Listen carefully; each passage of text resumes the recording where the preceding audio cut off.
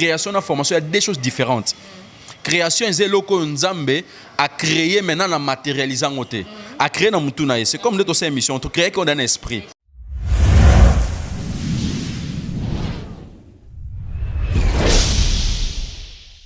Oui, après nous avons avec elle, siècle même. Donc créé mobile après siècle il créé moi aussi. Il n'est pas bon que l'homme soit seul parce que lui Dieu a celle qui même bétail tout ça, qui deux.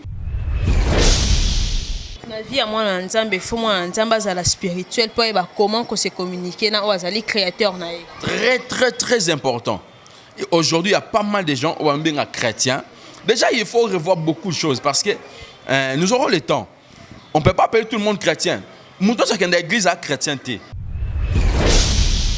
Spiritualité, et ça, dans le domaine belé, monde spirituel, est-ce qu'on a monde spirituel? Le monde spirituel, et ça, dans la branche belé, et ça, dans la ville belé, et ça, dans le secteur belé. Asalma moza juste, asumuka nan côté. Celui qui est juste, asumuka par erreur. Nzamba ko frapper té volontairement be bazana nzambe bakoma na ba volontairement wana si babunga. Église ya pasteur Denis Lessi ezo former batou eza le roi préparation et en fer. Est-ce que ça vrai? Qui a dit ça?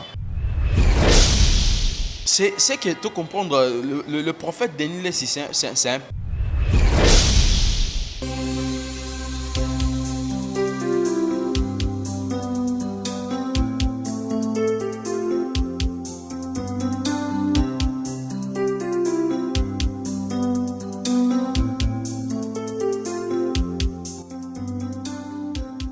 Mesdames et messieurs, bonjour, bonsoir, tout dépend de l'ère à laquelle vous aurez l'occasion de suivre cette très belle émission présentée par votre humble servante communément appelée ainsi qu'à ces murs de la presse congolaise. Si je suis là, je ferme des gauches et à droite, personne d'autre passe. Voilà, j'ai le réel plaisir de savoir que vous nous suivez partout dans le monde, na États-Unis, na France, na Canada, na RDC, na Brazzaville, na Luanda, partout. Et ça, la ranga vraiment plaisir. Merci pour la confiance, Swana.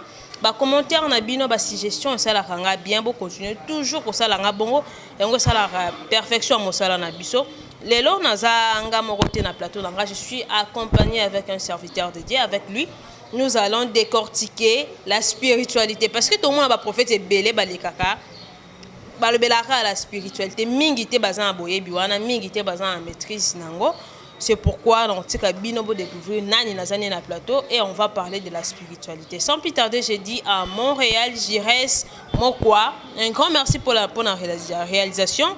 Et Fongolanga déjà n'a pas invité Nanga. J'ai dit un grand merci à mon boss Jordan Yilou. Depuis les États-Unis, Babi Boss Tala Kananga. Hein? De faire rigoler à Emba Tala Kananga. Voilà. Bon, excusez-moi.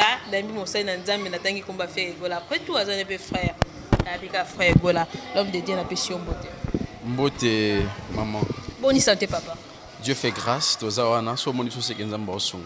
voilà, l'homme de Dieu, on a devant écran, il y a Télé News. Balantignon surtout, il y a Télé News Bolinga. Il y a ceux qui ont Nani, Kombo Nani, tout ça. Bon, je réponds au nom de l'évangéliste Yannick Wangulusi. Moi, c'est Wangulusi là, Yannick. Okay. Souvent, on m'appelle Évangile. Mais. Un mot évangile. Évangile, tout ça, on va surnom d'appeler ça comme même si on m'appelle frère, c'est pas un problème. Donc je suis frère en Christ. Donc le frère Branham aussi, c'est laissé aussi s'appeler frère parce qu'il était prophète. Mais à l'ingénieur sur un titre de prophète, il était appelé frère comme en Christ. Donc je suis le frère Yannick, mais dans le ministère, je suis évangéliste. Donc, appelez-moi comme vous voulez. Wangu, Yannick, Lucila. Ma famille, c'est la famille Lucila. Donc, c'est un peu ça. Voilà, l'homme te font la parenthèse. On est timide, tout le monde a basal Nanzambe et belé. Balingaka, ba nommé ba bishop, ba évêque, ba prophète, ba combo, ba grade, donc, ça dérange pas de lobby que ni ba benga frère plutôt aux anneaux évangélistes. Bon. Tout ça, bishop, archibishop, tout ça, et là, titre. Hein? Bishop est ancien. Donc, oui, titre biblique, les 5 ministères. Les pasteur, apôtre, prophète, pasteur, docteur et puis évangéliste. nde ezali reconnu bibliquement. Mais nous surtout wana eza na kaka ba fonction. Eza ba fonction ya bato nzamba azui par rapport à Ephésiens, nzamba azui bango amemi bango quelque part asali bango don wana na monde. Donc c'est ça, kobenga ma frère eza lisumuté. Eza lisumuté ceux qui muto abengi frère bien kaza pasteur, bien kaza aza prophète évangéliste. Donc koboya babenga frère eza pe moko ba signe ba orgueil. Ya moko ba signe ba orgueil parce que état c'est qu'on a humilité.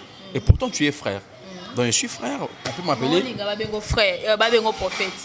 Vous êtes frère, mon babengo prophète. Ils ont orgueil.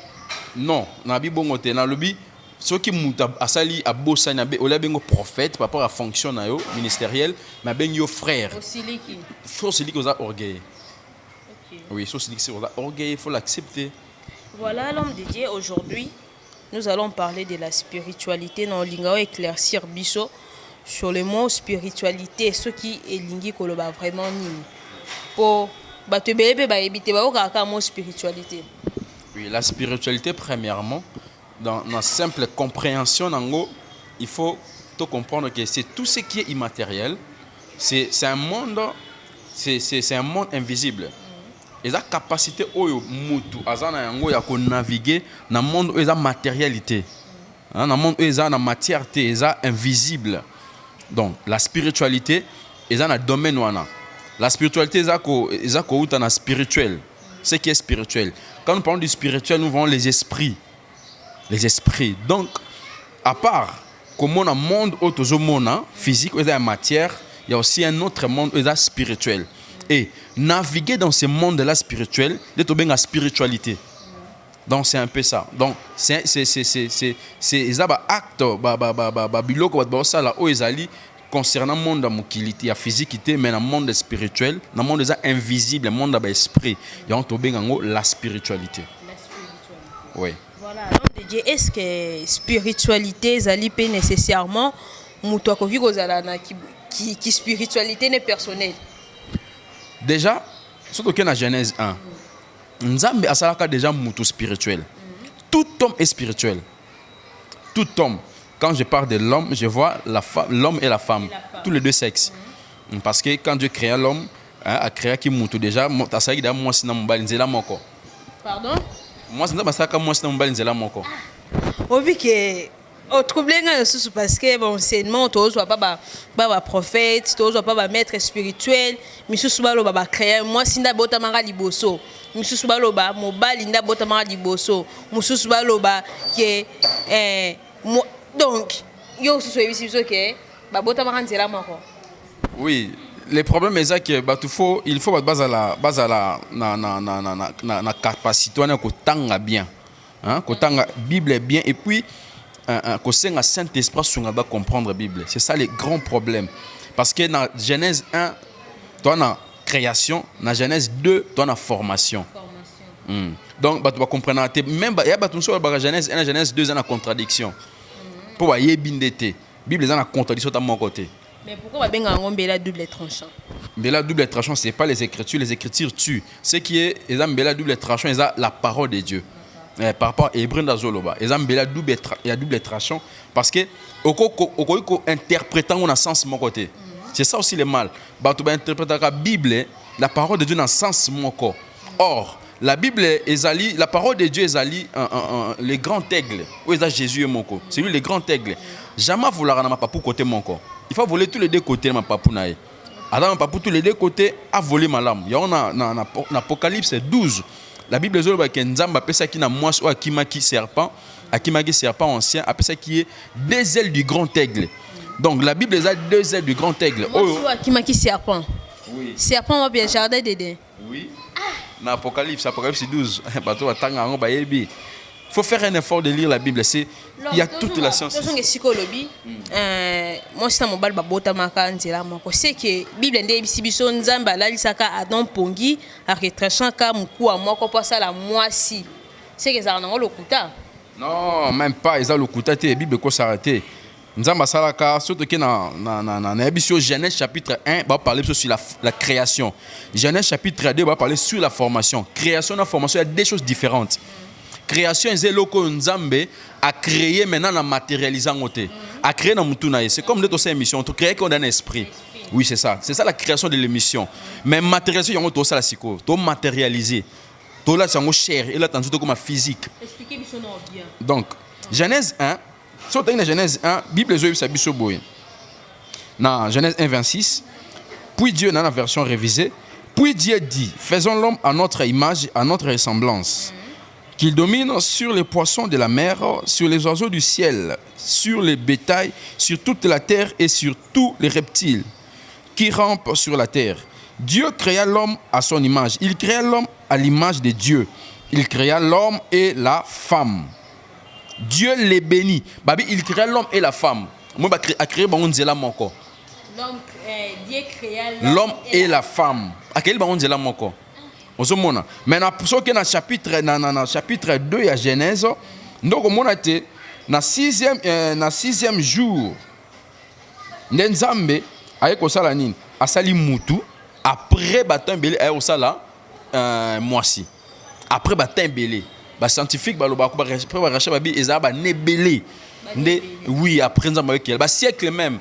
Donc créé mobali après ba siècle yo créé moisi. Il n'est pas bon que l'homme soit seul parce que lui Dieu a celle qui même ba bétail tout ça, ba qui deux. Ce comme tu qui seul lié moko. Or na création Nzambe salaka da moisi na mobali nzela moko. L'homme. Spirituellement, si je peux dire. Oui, spirituellement. Dieu avait déjà créé l'homme et la femme. Pensez des abos, pensez les camboumons, ou quand on a pensé qu'il faut créer moi si na mobali. Donc la création, Dieu a créé le début et la fin. A créé il a créé création surtout. Comme on a banditi na souka. Il y a alpha et oméga. À début et fin. Alors, nous avons créé déjà nion sur la création. A créé même qu'il y a Yesu dans Mokili. Même l'agneau a été émulé avant la création du monde. Donc nous avons créé nion sur le début et la fin de la création. Il y a des gens qui ont nion sur le Mokili. Pour créer un déjà. Mais ce qu'on a formation, c'est qu'on a formé en Genèse 2. Pour te dire aussi que Bisson a déjà créé. Dans Ève, tu as déjà créé Banakala. Dans la matérialisation de Massima. Donc, mais dans le chapitre 2, après bâton, on a dit là, moi aussi.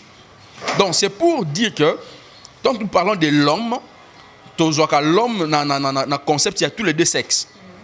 L'homme, il y a le sexe masculin, non, le mâle. L'homme avec un H majuscule. Ah, très bien. H majuscule. Donc, c'est ça. Donc, l'homme. Donc, mobile, il y a moi aussi, et ça, il mutu.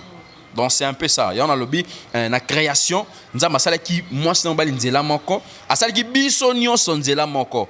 Car on a invité. À ça qui bisonnion, son le premier homme au Adam jusqu'au dernier homme qui existait sur la terre. Nous avons ça qui bisonnion, surtout zéla moko. Mais quand il y a formation, il y a avec les temps. Avec les temps. Donc, moi, comment avec les temps? Mais c'est pas créer déjà Kala. C'est ça la spiritualité. Bah créer déjà Kala. Nous venons à l'éternité, toute une éternité.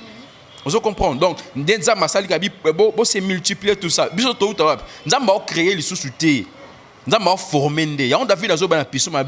Le Dieu m'a tissé dès le ventre de ma mère. Nous avons tissé le bon moment. Nous avons créé ce système, formé. Création, c'est ci là déjà. Et du début à la fin. Mais toi, si on a une formation, la formation qui Adam a formé Ève, à l'espoir, parce qu'on lui coquille pour créer. La procréation, on a su qu'on a cassé le boum. Nous avons même tissé, mouton, cassé le boum. Il y a même des médecins, des scientifiques, qui comprennent le mécanisme, on a un miracle, on est ça, il y a tissage, il y a chair. Il y a os, tout ça, il y a des cellules dans le boum, moi aussi, il y a mouton. Prochainement, tu as commencement parce que ça place moi il a tellement troublant et pertinent vu que tu as en spiritualité tu vas vraiment wana bit spiritualité na vie à moi na nzambe soit na vie à mutu bit spiritualité zani. Oui, premièrement il faut que tu définis déjà la spiritualité, tu as compréhension de la spiritualité, il y a un monde spirituel, tout ça est invisible, tout ça.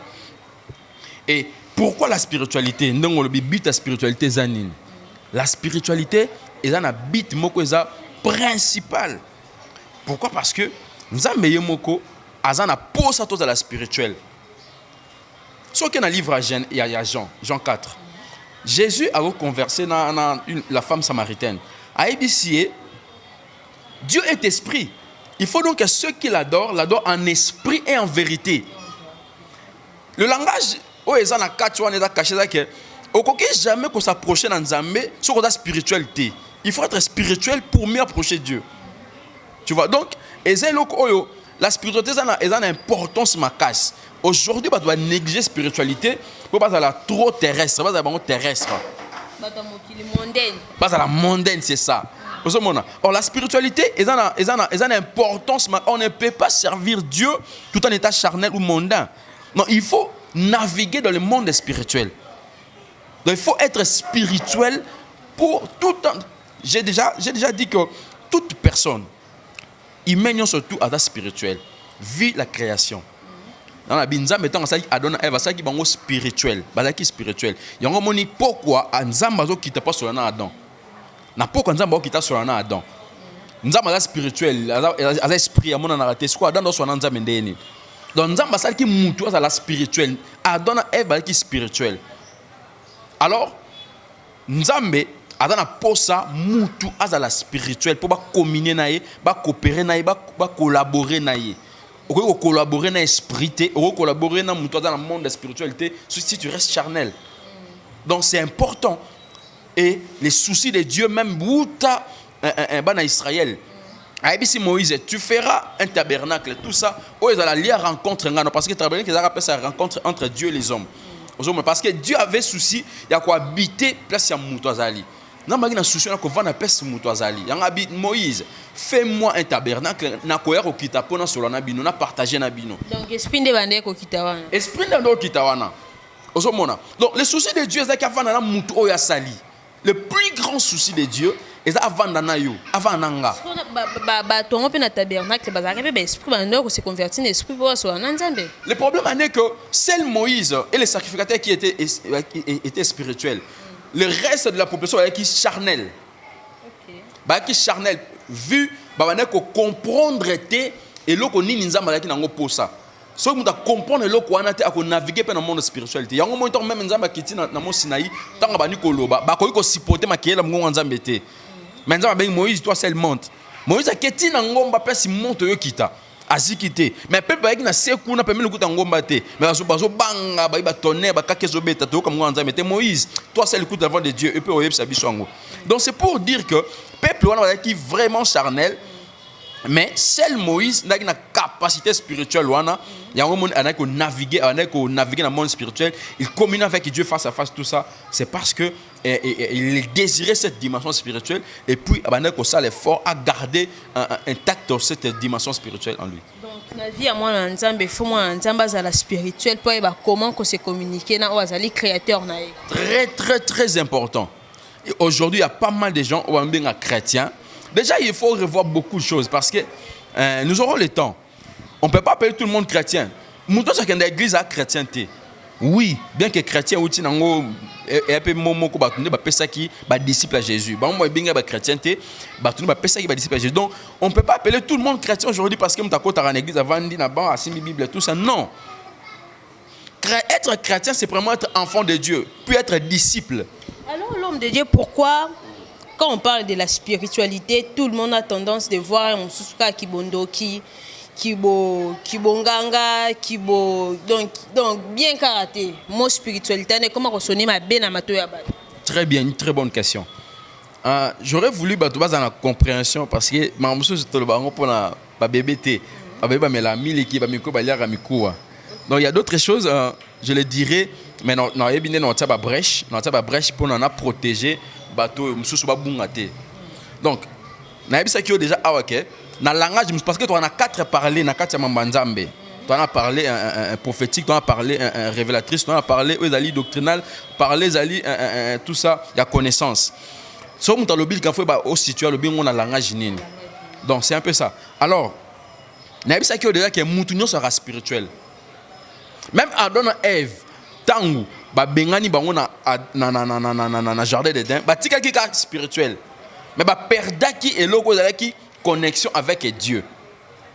Donc mutu nyonso ka spirituel mais na angle mususu spiritualité eza na ba domaine ebele monde spirituel na est-ce qu'on a monde spirituel. Le monde spirituel eza na ba branche ebele eza na ba ville ebele eza na ba secteur ebele ba district ebele, ba commune ebele, ba quartier ebele, ba avenue ebele, le monde spirituel. Déjà monde physique oyo eza lokola image, top imitation ya monde spirituel.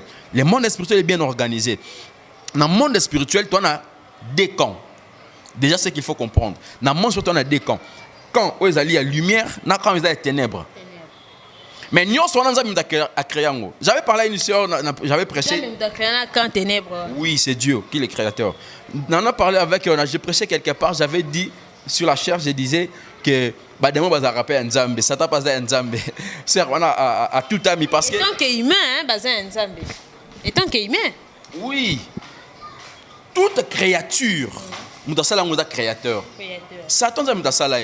Nzambe a le pouvoir d'appeler Satan et l'envoyer quelque part. Dieu a le pouvoir. Étant créateur, il y a des démons qui sont tindis. Démons, il y a des démons qui sont tindis. En France, Dieu peut le faire. Dieu peut le faire. Oui. Pourquoi tu as souffrir dans place éliminer non, chaque chose a son temps. Chaque chose a son temps. Nzamba fixe. Biso bato to tanga écriture, biso bato to effort yo koyoka Nzambe, ya ko comprendre maloba Nzambe to yebi. Donc to se tracasser na bloc wana. Même ba disciples na tout na Jésus, quand il y aura la fin, Yesu c'est bango, mutaye biango azate. Donc c'est pour dire que chaque chose a son temps. Et déjà bah si tout le monde déjà attend de la fin et puis Nzamba menga aussi la na bato mabe. Donc il y a toutes choses dans la Bible. Alors, je disais dans le monde spirituel, il y a deux camps. Monde de lumière, na monde de ténèbres. Nous avons même ça là surtout ana.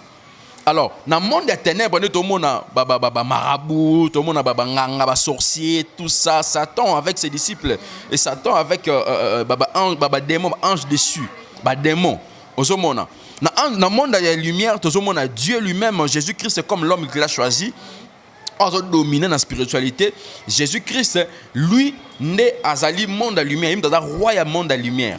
Mais Jésus, suite à action posée à la croix, dans la autorité, l'icolo, il y a monde à lumière, dans le monde à ténèbres. Babi tout genou et fléchir dans le combat Jésus-Christ dans les cieux. Donc, monde à ténèbres, dans le monde à lumière. On entend Jésus qui dit il y a des mots, il y a fouille à Gadara.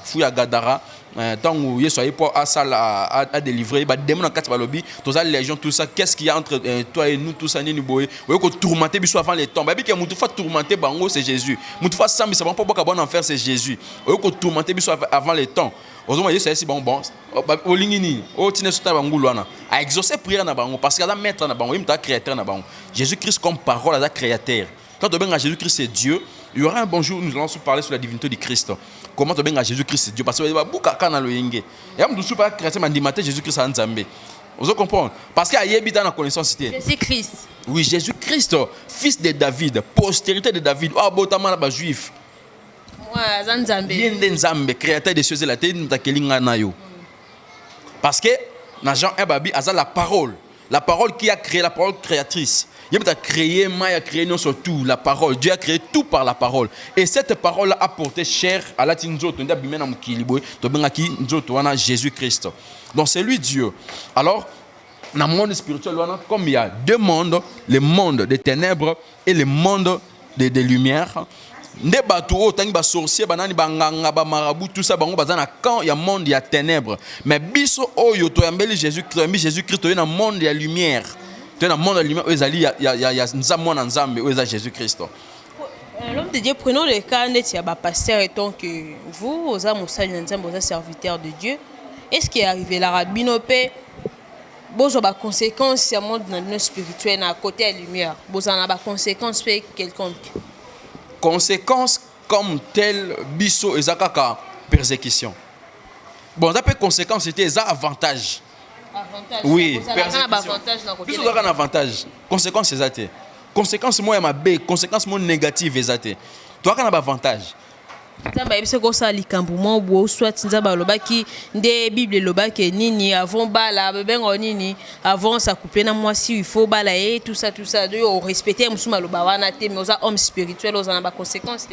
Très bien, on va détailler. Alors chaque désobéissance il a une punition na yango. Mais différence entre le monde de la lumière et le monde de la ténèbres c'est nini? Dans le monde de la ténèbres, pardon est raté. Dans le monde de la lumière, pardon est ali. La spiritualité na biso côté biso tozali. Si je commets un gaffe, déjà Jacques Alobi, nous brochons tout d'une manière à une autre. Ozomona to sala to sumu kaka na lolenge moko to lolenge mususu. Ozomona ezana ma kamususu oyo biso lokola bana nzambe lokola basala nzambe to commettre oyo za mabe o nzamba défendaki. Mais soki na ye pa nzambe, soki na sengi nzambe bolimi nzamba olimisa ngai. Et pourtant Satan limbisa te. Ozomona la différence wana. Donc na so sali mabe moko boy, Dieu peut me frapper ma robetanga lokola beta bato sur tout. Et ça juger point les serviteurs de Dieu. Oui. Tant que ça ne juger point, et là dans le sens il y a jugement té. Ba comprendre ka. Tu sais quoi la Bible et là que ça la défaut la Bible ça un traduction.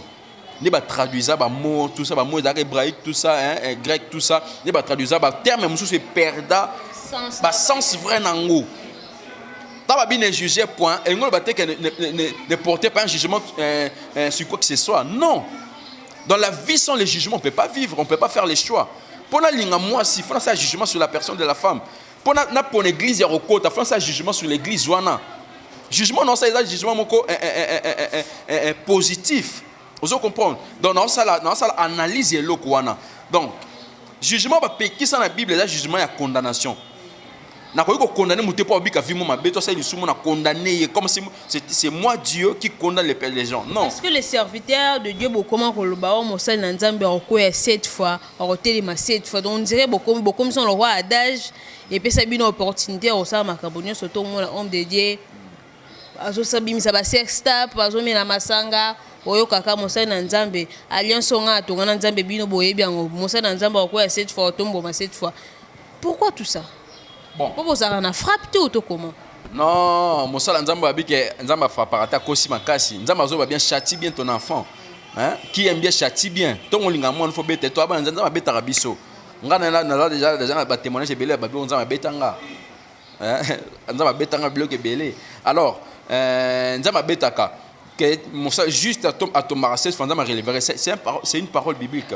Nzamba ndim ta lobango, yemu ta lobango. Biso monte na mi ko isa na côté. Déjà, juste à Soumka en côté. Juste. À Salmamouda, juste. À Soumka en côté. Celui qui est juste à Soumka par erreur. Nzamba ko frapper été volontairement volontairement on a si babunga. L'apostasie existe. L'apostasie est mon élément où il faut seulement avant Jésus à Zonga. Comme l'apôtre Paul nous dit. Par exemple, le prophète Denis Lessi. Prophète Denis Lessi, bon c'est un père pour moi parce que j'ai eu le temps de le suivre pendant que c'est que tu comprendre le prophète Denis Lessi c'est un père parce que biso za bana te na kati ya mamanzambe tant toi ino te bena mamanzambe te bon ndo sada mamanzambe ozomona c'est un père pour moi donc je peux pas porter un jugement ou cause à la préjudiciable la condamnation te mais par rapport à makambo sala ka ba pétage nyenyo surtout ba pétage wana surtout mais vous tous là vous en esprit mutaza composé na âme corps et puis l'esprit hein composé na vie mutu surtout ça spirituel esprit wana ils a souffle de Dieu na kati ya mutu bino nyonso tout boyebi makambo sala bo pesa onda bo définir en haut déjà ce que bo tunanga poani ce que net ngana pesa réponse parce que bino tout boyebi mamuto sala wana bo définir en haut déjà mabe eza mabe non bozo définir en haut déjà parce que net ngana mona ngo mabe au mona ngo mabe merci conscience ne se mabe mutu et tant que pasteur même l'église naé na bete ka musala nzambe c'est un serviteur de Dieu. Ou peut-être à connaître ma faiblesse, à se relever. Et puis, manque d'amour manifeste dans l'église actuellement, et qu'il peut que ça été relevé. Parce que l'église connaître le problème d'amour ces derniers temps. Or, l'amour est relevé dans la multitude de péchés. Donc, tu peux relever, et en gros, quelqu'un dans sa faiblesse. Tu vois, or, biso c'est quelqu'un qui surtout la génération ba manifester amour moi ko relever mais atika na faiblesse wana toujours ngana osenga nekaka à se relever na mukanda Jérémie bible zolo ba ete nani oya koya sanka boya ko telema nani abunga nzela sanka boya ko zonga na nzela aluka sa le fort moko azonga c'est un père pour moi na ndenge ya makamwanzambe donc nakoki ko loba makambo ko kenena musika te donc lokola yo conscience nos esprit humain et la carte n'a pas conscience et vendit et tout ce qui m'a ça les mabe c'est que la majorité des gens babi qu'ils mabe voilà pour citer un article peut tomber au prêcher à temps moi 5 minutes l'homme de Dieu il y a un prophète qui dit église ya pasteur Denis Lessi ils ont formé bateau le roi préparation et en fer. Est-ce que ça vrai? Qui a dit ça? Un prophète ba YouTube prophète mon na YouTube dans la vie bongo. Ouais et engagé à propos naie et engagé. Est-ce que pour mon abou? Ngana ko mona penza bongo te po na ibamba te ya kuna te mais yeso ABC ba disciple na boy. Moi ba pharisien so ba dolo ba makambo so ba so ba salela yango. Mais bola na ne ba acte ba opposé te. Ozomona omoni nzamba dans likoki ko le n'importe qui. Dieu a le bel même nyama likobo so prophète Balaam. Donc to so que so baka ke Denis ça m'a bé to kotina pe ba tout ba kota na kasa incrédulité ba yo quand même makamala makolo baté or ko ba makamala malamu o ba ko za édifier nango osomona donc tant où ya zoloba il faut tirer yo moko na niveau esprit na yo l'intelligence doit fonctionner osomona o tirer que eloni o le beza mabé je le mets à côté o le beza malamu je l'applique osomona et ça le ko la ndeko mo ba bima il t'est à péter. Moi je disais aux gens que ce n'est pas un pasteur. Bah, un pasteur. Tant que un bus. Moi, je suis pasteur. Pasteur John, il était à péter. Bon, c'est ça. C'est lui. À la pasteur, mais Aza, tout ça, il a motivé, tout ça, mais il n'est pas un pasteur. Il est bien comme un pasteur. Parole de connaissance. Parole de connaissance, parce que parole de connaissance, c'est un don spirituel dans la carte dans le Saint-Esprit. Donc, ezali babilo kanolo bamba yoka ebiso ngapena yoka ke na yoka mingi abisa ba principe on les appelle important ba principe on so appliquer on a vie au monde que la nature même il faut la nature elle-même doit nous enseigner. Vous comprenez? Donc c'est ça. Ce qui to miska ma bête de laisse ma casse ba to comme un peu incrédule ma casse. To combattre comme ça le biso mo ezana kati église. Il faut to bisa ka ba to te bino mo boye ba makambazo loba. Ya mabe ko sala tenez mambo a pétage tout ça bloc no surtout wana. Au monde ko tanga côté tia côté. Avec ezama il ya roi Salomon da utiliser qui nanje bonné à pétage wana. Mais il y a roi Salomon mais pourtant to za sacerdoce mususu. Toza dans sacerdoce où ezali un royal. Na ka sacerdoce royal marmebé a changé. Même bateau le baka Salomon doit qui passer belé, na penza na passer belé tout ça. Dans différents types de sacerdoce. Voilà, la sacerdoce prochainement l'homme dédié to comme ils vont na souka émission na biso message ni memela ki ba na Nzambe au profiter pour pesa numéro no pour la bateau no surtout beaucoup ba contacter après prédication. Je commencerai par mon numéro c'est 0. Je commencerai à donner mon numéro. Mon numéro, c'est le plus 243 89 80 95 333. Plus 243 89 80 95 333. Donc, le message est sur la spiritualité. La spiritualité, mes chers frères, sœurs, il faut comprendre que spiritualité est le domaine oyo nzambo zela muno sur toi kota. Bien que la spiritualité, tous en a deux mondes. Monde de lumière, monde de ténèbres. Bato banganga, bato basa la spiritualité na nenge ya ténèbres, nenge ya mabe pour faire le mal aux autres. Pour nous boire un mauvais sort, pour nous détruire, pour nous apporter vengeance, la vengeance. Ozomona. Donc bango bazana kata ténèbres, biso na kata lumière, lumière o ezali par Jésus-Christ. Ozomona. Donc même la spiritualité il y a aussi batu o bazali batu ya Satan. Oh, bazala outi na monde ténèbres mais ba se déguiser ba na monde na kan ya mususu o ezali ya lumière pour ba se manifester. Je voulais dire aussi que monde spirituel et se manifeste toujours dans le monde physique. Le monde spirituel il a toujours que se manifester physiquement. Yango mona Dieu o azaki esprit aluka ki asala mutu. Asala mutu o akodaka mutu na l'esprit mais mutu na comme chair, comme physique. Pour nzamba za la en contact. Osomona. Donc le monde spirituel il a toujours que se manifester dans le monde physique. Monde spirituel est ténèbres, et il se manifester dans le monde physique. Monde spirituel est lumière, il se manifester dans le monde physique. Alors mutu azala kola instrument oyo le monde spirituel doit utiliser. Yango mona na Exode 6 plutôt na Esaïe 6 Nzambe tanga visiter le prophète Esaïe aibisi alobi nani biso toko tinda po abunda asala makambu na kombo na biso.